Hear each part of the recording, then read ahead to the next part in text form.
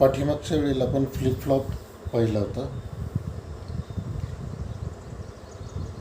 Flip फ्लॉपमध्ये आपण जे टाईप्स पाहिली होती त्यातला पहिला टाईप पाहिला होता SR फ्लिप फ्लॉप. पहिला जो टाईप पाहिला होता तो होता आपण SR फ्लिप फ्लॉप. दुसरा टाईप पाहिला होता आपण JK फ्लिप फ्लॉप.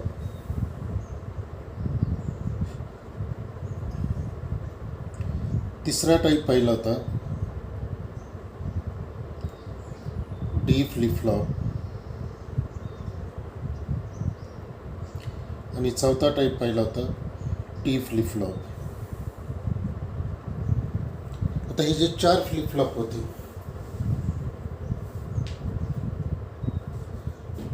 हे 4 फ्लिप फ्लॉप ज्या वेळेला आपण स्टडी केले त्यावेळेला SR फ्लिप फ्लॉप जो असेल त्याची जी ॲम्बिग्युटी होती, म्हणजे ज्या वेळेला S आणि R दोन्ही 1 असतात त्यावेळेला आउटपुट जे येतं ते इल्लिगल किंवा फॉरबिडन स्टेट येतं. ते रिमूव्ह करण्यासाठी आपण काय केलं, JK फ्लिप फ्लॉप वापरला होता. त्याच्यानंतर JK फ्लिप फ्लॉप जो असेल त्याच्यापासून आपण काय केला होता, JK किंवा SR फ्लिप फ्लॉप जो असेल त्याच्यापासून आपण हा फ्लिप फ्लॉप तयार केला होता D फ्लिप फ्लॉप. आणि याच पद्धतीनं JK फ्लिप फ्लॉपपासून आपण काय केलं होतं, T फ्लिप फ्लॉप तयार केलेलं होतं. तर हे जे 4 फ्लिप फ्लॉप होते त्याच्यामध्ये हे जे 2 फ्लिप फ्लॉप आपण शेवटी कन्वर्ट केले. कोणते? पहिला जो होता तो होता D फ्लिप फ्लॉप. हा D फ्लिप फ्लॉप जो असेल त्याचा वापर कशासाठी केला जातो, आणि दुसरा जो फ्लिप फ्लॉप होता T फ्लिप फ्लॉप ह्याचा जो वापर असेल तो कशासाठी केला जातो हे आपण पाहू. D फ्लिप फ्लॉप जो असेल तो बेसिकली रेजिस्टर्समध्ये वापरला जातो. हे आपण नेक्स्ट आर्टिकलमध्ये पाहणार आहोत. आणि T फ्लिप फ्लॉप जो आहे तो वापरला जातो काउंटर्समध्ये. तर आज आपण हा जो पार्ट आहे तो काउंटर्सचा काय करणार आहे, स्टडी करणार आहे. तर काउंटरचा पार्ट ज्यावेळेला आपण स्टडी करतो त्यावेळेला पहिल्यांदा त्याचं जे बेसिक एलिमेंट आहे किंवा ज्याच्यापासून हा काउंटर तयार केला जातो तो जो फ्लिप फ्लॉप असेल, तो जो T फ्लिप फ्लॉप असेल तो थोडासा रिवाईज करू. म्हणजे काउंटरची जी वर्किंग असेल किंवा काउंटरची जी वर्किंग असेल ते समजण्यासाठी काय होईल, तुम्हाला इझी जाईल. आपण T फ्लिप फ्लॉप जो असेल त्याचा सिम्बॉल जो होता तो या पद्धतीनं ड्रॉ केला होता. हा T फ्लिप फ्लॉप या ठिकाणी इथं आपण क्लॉक घेतलेलं होतं. हे जे क्लॉक असेल ते आता निगेटिव्ह एज ट्रिगर्ड आहे. इथं आउटपुट आणि इथं त्याचं कॉम्प्लिमेंटरी आउटपुट. हा झाला T फ्लिप फ्लॉप, हा त्याचा सिम्बॉल आहे. आता ज्या वेळेला तुम्हाला ट्रूथ टेबल तयार करायचं असेल त्यावेळेला इथं एकच इनपुट आहे, कोणतं, T इनपुट. तर त्यामुळे इथं ज्या वेळेला तुम्ही ट्रूथ टेबल तयार कराल त्यावेळेला इथं येईल इनपुट कॉलम, त्याच्यानंतर इथं येईल आउटपुट कॉलम. आउटपुट येईल QN, इनपुट येईल T. 2च पॉसिबल कॉम्बिनेशन असेल कारण इनपुट एकच आहे. 2⁻⁴ = 2 म्हणजे 2 पॉसिबिलिटी येतील. T जर 0 असेल तर काय राहतं, output will remain in the last state. म्हणजे आउटपुट जे असेल Q जो 0 असेल तो 0 राहतो, 1 असेल तो 1 राहतो, त्याच्यामध्ये काहीही बदल होत नाही. So output will remain in the last state. पण ज्यावेळेला T1 असतो, ज्यावेळेला T1 असेल त्यावेळेला मात्र आउटपुट काय असतं, it is a complement of the last state. म्हणजे जर T1 असेल तर प्रत्येक क्लॉकच्या निगेटिव्ह एजला, कारण इथं क्लॉक काय दाखवलेलं आहे, निगेटिव्ह, प्रत्येक क्लॉकच्या निगेटिव्ह एजला आउटपुट बदलतं. आउटपुट बदलतं याचा अर्थ काय, ते टॉगल होतं. टॉगल याचा अर्थ 0 असेल तर ते 1 होईल, 1 असेल तर ते 0 होईल. म्हणजे प्रत्येक क्लॉकच्या निगेटिव्ह पल्सला आउटपुट हे काय होतं, चेंज होतं. कधी, ज्यावेळेला T = 1 असेल त्यावेळेला. आणि T = 0 असेल तर आउटपुटमध्ये काहीही बदल होत नाही. म्हणजे जर तुम्हाला टी फ्लिप फ्लॉप जर ॲक्च्युली वापरायचं असेल एखाद्या पर्टिक्युलर ॲप्लिकेशनसाठी तर तुम्हाला काय करावं लागतं, T1 ठेवावं लागतं. आणि T1 याचा अर्थ काय की T1 ज्यावेळेला आपण कधी म्हणतो, आपण JK फ्लिप फ्लॉपचं ट्रूथ टेबल पाहिलं होतं. JK फ्लिप फ्लॉप इथं आपण लिहिलं QN+1 0 0 0 1 1 0 आणि 1 1. इथं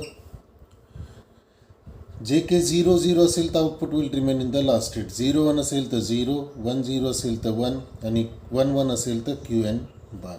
म्हणजे तुम्ही जर इथं नीट पाहिलं तर तुमच्या असं लक्षात येईल की आपण ज्यावेळेस टी फ्लिप फ्लॉप बनतो त्यावेळेला J आणि K 1 असतात. म्हणजे इथं ज्यावेळेला टी फ्लिप फ्लॉप असेल त्यावेळेला J आणि K 1 1 असतात. कारण ज्यावेळेला JK फ्लिप फ्लॉप आपण बनवतो, हा जर JK फ्लिप फ्लॉप असेल Q आणि Q बार, तर हे काय केले जातात, दोन्ही सेम केले जातात आणि हे इनपुट T म्हणून दिलं जातं. म्हणजे हे असतं J आणि हे असतं K. म्हणजे ज्यावेळेला T0 असेल तर J0 Q0 output will remain in the last state. आणि when T is equal to 1 त्यावेळेला काय होईल, J is equal to 1 K is equal to 1, J is equal to 1 K is equal to 1. So output will toggle with every clock negative transition. प्रत्येक क्लॉकच्या negative ट्रान्झिशनला काय होईल, output बदलेल. आणि म्हणून ज्या ज्या वेळेला J आणि K ची व्हॅल्यू 1 असेल म्हणजेच त्यावेळेला आपण काय केलेलं आहे, ती व्हॅल्यू T म्हणून घेतलेली आहे. आउटपुट जे असेल ते काय होईल, टॉगल होईल. आता हे जर क्लॉकच्या स्वरूपात दाखवायचं झालं तर कशा पद्धतीने येईल पहा. आपल्याला माहिती आहे की क्लॉक पल्स जे असेल ते आपण ड्रॉ करताना या पद्धतीने घेतो. ही जी असेल ती क्लॉक पल्स, बरोबर आहे. हे जे असेल ते क्लॉकचं निगेटिव्ह एज मी इथं दाखवतो रेड मार्कनं. ही क्लॉकची निगेटिव्ह पल्स. म्हणजे इथं आपण काय केलं आहे, क्लॉकला बबल घेतलेला आहे. बबल याचा अर्थ हा जो T असेल फ्लिप फ्लॉप त्याचं आउटपुट जे असेल ते प्रत्येक क्लॉकच्या निगेटिव्हला बदलेल. मग आता पहा की जर इनिशियल आउटपुट 0 असेल, हे Q, आणि हे जे असेल ते काय, क्लॉक. हा जो Q असेल तो Q काय होईल, प्रत्येक निगेटिव्हला स्टेट बदलेल. म्हणजे इथं जर 0 असेल तर तो 0 तसाच राहील, इथं पॉझिटिव्हला बदलणार नाही. तर बदलेल कुठं, निगेटिव्हला. म्हणजे हा जो 0 असेल तो या निगेटिव्हपर्यंत 0च राहील. इथं काय होईल, 0चा 1 होईल. हा 1 जो असेल तो पुन्हा तसाच राहील. आता इथं बदलणार नाही कारण इथं हे पॉझिटिव्ह एज आहे.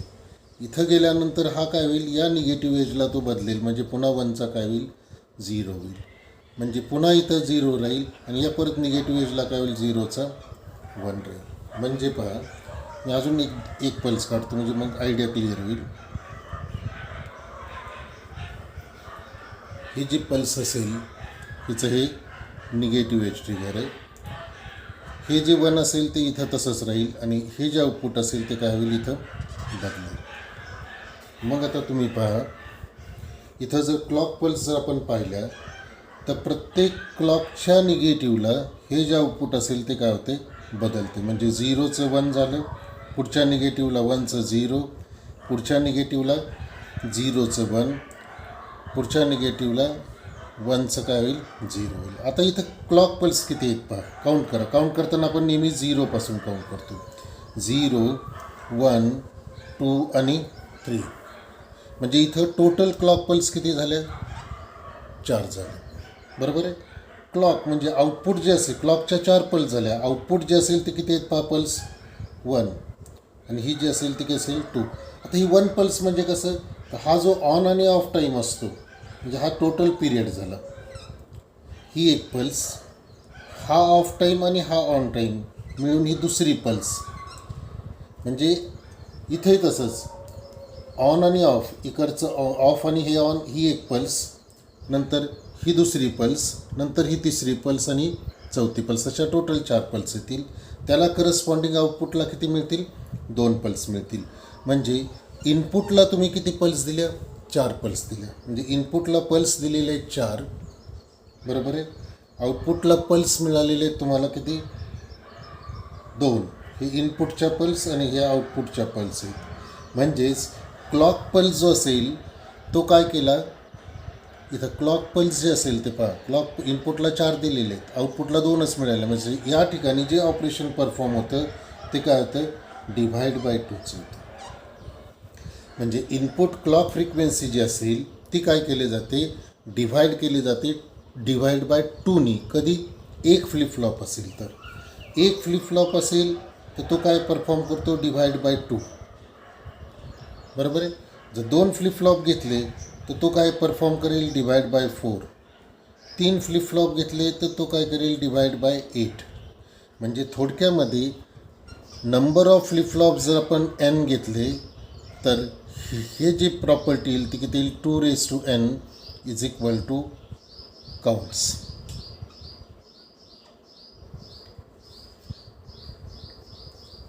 किंवा अशा पद्धतीनं न म्हणता आपण असं म्हणू शकतो की तो जो असेल तो मॉड,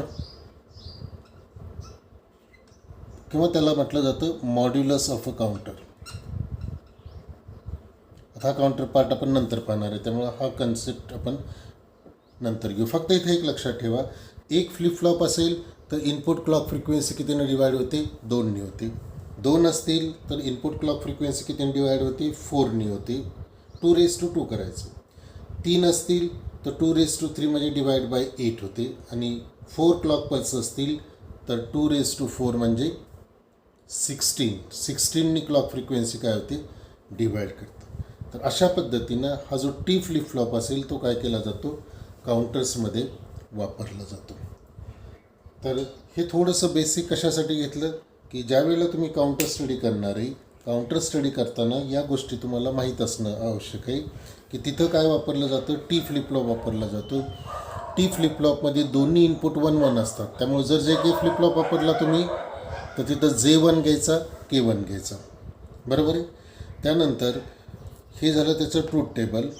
ज्या वेळेला तुम्हाला काउंटर म्हणून वापरायचं असेल त्यावेळेला त्याचे टी इनपुट 1 पाहिजे किंवा J is equal to 1, K is equal to 1 या पद्धतीनं. मग आता आपण पहिल्यांदा काउंटर म्हणजे काय ते स्टडी करू. आता आपण याच्या अगोदर बरेचसे काउंटर पाहिलेले. पहिल्यांदा काउंटर म्हणजे काय ते पाहू. काउंटर म्हणजे काय, तर आपण नेहमीच्या लाईफमध्ये बऱ्याच प्रकारचे काउंटर घेतो. बरोबर आहे. करन्सी असेल तर करन्सी मोजण्यासाठीचा एक काउंटर असतो. पेट्रोल टाकलं, पेट्रोल मोजण्यासाठी किंवा डिझेल मोजण्यासाठी पेट्रोल पंपावरती काउंटर असतो. तुम्ही पाहिलं असेल की त्या ठिकाणी ते काउंटिंग जे असतं ते दोन्ही पद्धतीने असतं. काही ठिकाणी काउंट अप मोडमध्ये आपल्याला वापरावं लागतं, काही ठिकाणी काउंट डाऊन मोडमध्ये वापरावं लागतं. सो काउंटर म्हणजे काय, it is a device which is use to measure the number of counts. आता हे काउंट्स कोणत्याही पद्धतीनं असू शकतात. इलेक्ट्रॉनिक्समध्ये काउंटरमध्ये काय केलं जातं, काउंटरची ज्यावेळेला डेफिनेशन करतो, so counter is a circuit which is used to measure the number of clock pulses which are applied at its input. म्हणजे काय की हे जर सर्किट असेल, हा काउंटर असेल, तर याच्या इनपुटला तुम्ही काय समजा क्लॉक पल्सेस दिलेले आहेत. ह्या क्लॉक पल्सेस कशा असतील, या पद्धतीनं असतील. किती क्लॉक पल्सेस दिले ते या ठिकाणी काय हे आउटपुट येईल, Q, याला आपण आउटपुट म्हणू. So counter is a circuit which is use to measure the number of input clock pulses. आणि क्लॉक पल्सेस मेजर करतो म्हणजे काय करतो आपण, क्लॉक पल्सेस मेजर करताना पहिल्यांदा याच्यामधला टाईम मेजर करतो. हा जो टाईम असतो तो कसा असतो, टी म्हणजे नंबर ऑफ पल्सेस किंवा T it is the time,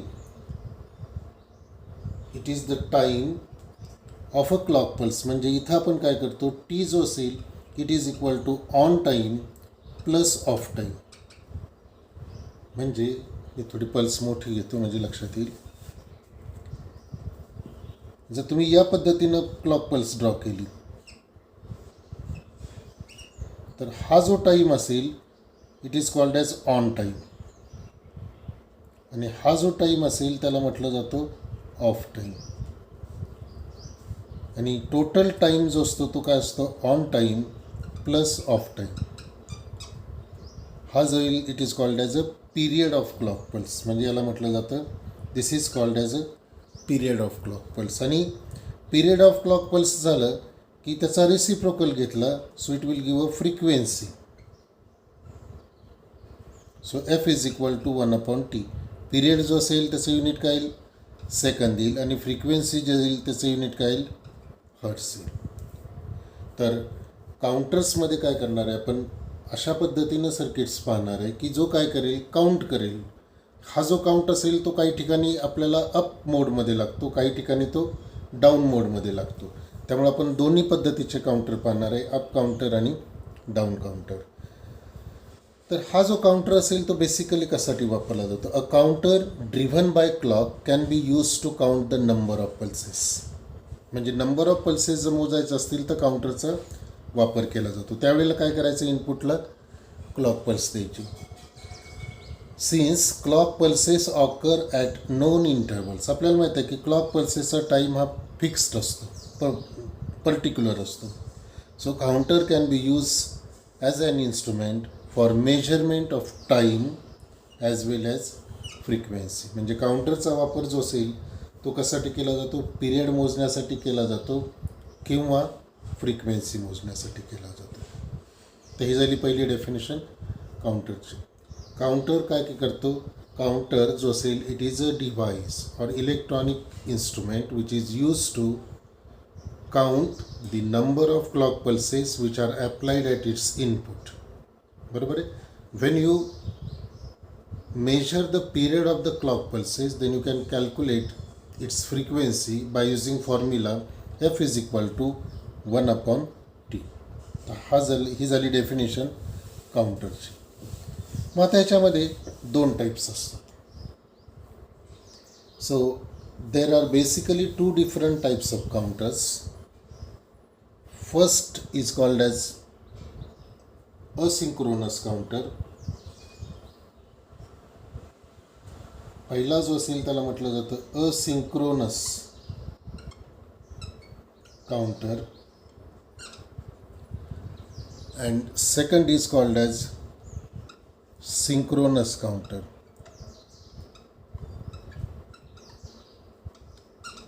आता या दोन्हीमध्ये बेसिक फरक काय पहा.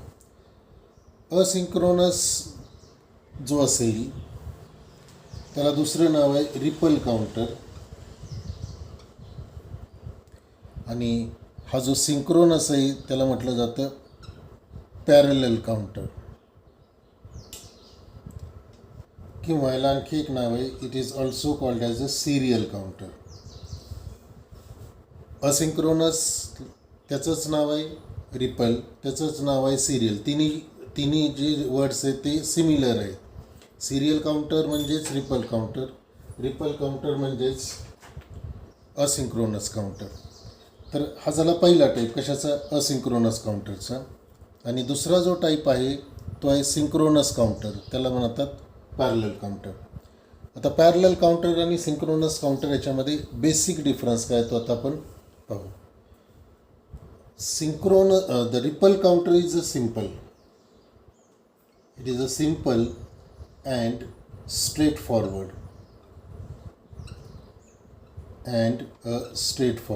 हा सोपा आहे, कन्स्ट्रक्शन करायला easy. Is a simple and straight forward in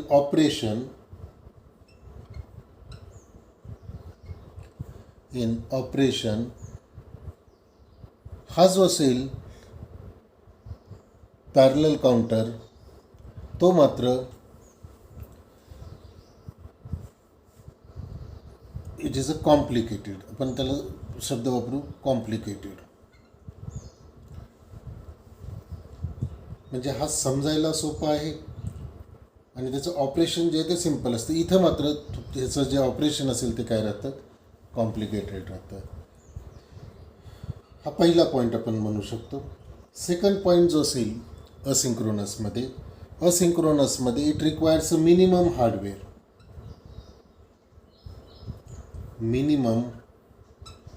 hardware. इथं मात्र आपल्याला काय करावं लागतं, या ठिकाणी जर आपण पॅरलल काउंटर घेतला तर पॅरलल काउंटरमध्ये किंवा सिंक्रोनस काउंटरमध्ये याच्यामध्ये जे हार्डवेअर लागतं ते काय राहतं, मॅक्सिमम असतं. It requires a maximum hardware as compared to asynchronous counter. Synchronous ripple counter जो असेल, हा जो रिपल काउंटर असेल this has a speed limitation. It has a speed limitation. म्हणजे हा जो असतो तो काय असतो, त्याचं ऑपरेशन जे असतं ते असतं स्लो. सिंक्रोनस किंवा पॅरलल काउंटर जो असतो it is called as a fast counter. याचा स्पीड जो असतो तो काय राहतो, फास्ट राहतो. तर ही बेसिक 3 पॉईंट लक्षात घ्या. असिंक्रोनस काउंटरमध्ये it is a simple and straight forward in operation. Synchronous counter is a complicated as compared to asynchronous counter. Asynchronous काउंटरमध्ये काय लागतं, it requires a minimum hardware. Synchronous काउंटरमध्ये काय, it requires a maximum hardware. असिंक्रोनसमध्ये काय राहतं, it has a speed limitation, slow counter. सिंक्रोनसमध्ये काय, it is a fast counter as compare to synchronous counter. तर काही याचे ॲडव्हान्टेजेस आहेत, काही याचे डिसॲडव्हान्टेजेस आहेत. तर हे 3 पॉईंट जे आहेत ते काय करा, व्यवस्थित लक्षात ठेवा. आता सगळ्यात महत्त्वाचा जो डिफरन्स आहे तो त्याच्या डायग्रॅममध्ये, की कशा पद्धतीनं डायग्रॅम केलं जातं. मगाशी जे पॉईंट सांगितले त्याच्याप्रमाणे आणखी एक याच्यामध्ये महत्त्वाचा पॉईंट आहे की असिंक्रोनस आणि सिंक्रोनसमध्ये काय केलं जातं. असिंक्रोनस जर आपण पाहिलं, असिंक्रोनसमध्ये काय केलं जातं, हा जो फ्लिपफ्लॉप असेल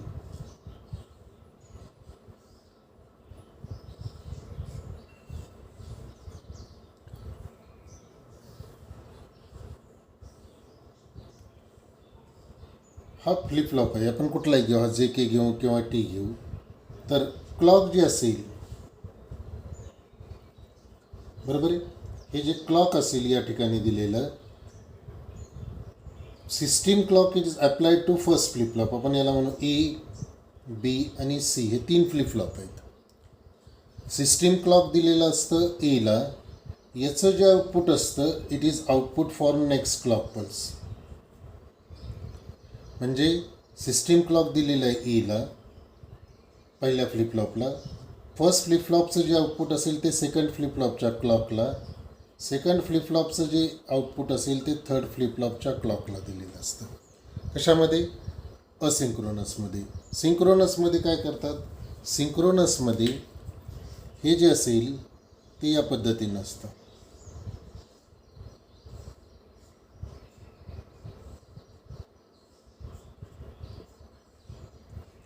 क्लॉक जे असेल it is applied to, system clock is applied to all flip flop simultaneously. म्हणजे इथं दिलेलं असतं आणि इथं दिलेलं असतं. ठीक आहे, आता फरक पहा काय येतो.